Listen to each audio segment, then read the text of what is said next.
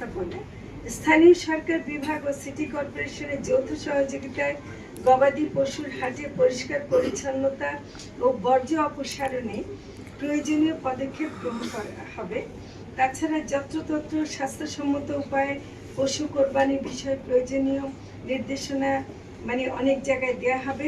প্রাণী স্বাস্থ্য সুরক্ষা, নিরাপদ মাংস নিশ্চিতকরণ, প্রাণী কল্যাণ আইন 2019 প্রতিপালন করা হবে।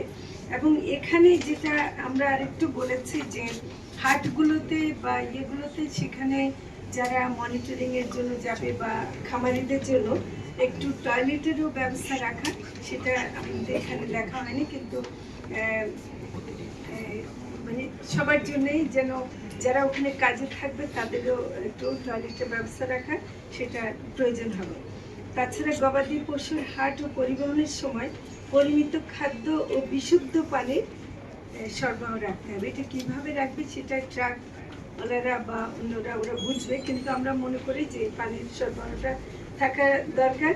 এ ব্যাপারে সংশ্লিষ্ট সকল কর্তৃপক্ষের আন্তরিক সহযোগিতা কামনা করছি এবং আপনাদেরকে বিশেষভাবে অনুরোধ জানাচ্ছি যে এবারে কোরবানিতে যদি কোনো সমস্যা আপনারা দেখেন অবশ্যই তুলে ধরবেন, তবে এটা যেন কোনো মতেই অবৈধভাবে কেউ প্রবেশ করতে না পারে। এই ব্যাপারে তথ্য থাকলে আপনারা অবশ্যই আমাদেরকে দেবেন এবং আপনাদের সহযোগিতা চাই একটা সুষ্ঠু ঈদুল আজহা পালনে। Thank you.